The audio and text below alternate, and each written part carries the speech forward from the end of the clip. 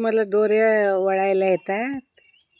नाही हे इकडे तिकडे झाले कापली ती कोंबड्यान टाकली कुठून कापून ते आंब्याचे आंबाडा आमचे बाबा ना भिजत घालायचे.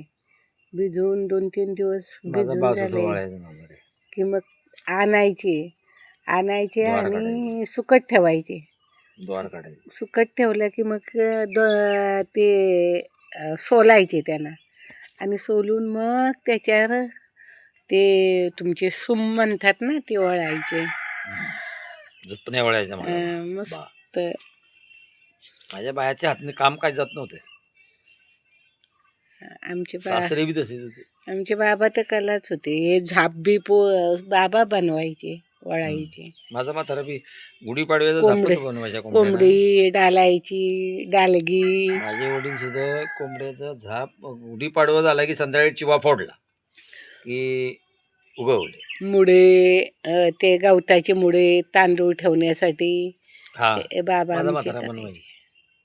मुडे स्वतःच बनवायचे म्हातारा. हे बांध आमच्या बाबांनी सगळे घातलेले होते. खूप खूप कला होती बाबांची आमच्या अंगात. कष्टाळू होता. शांत डोक्याचे होते पण खूप काही होता कला अंगात.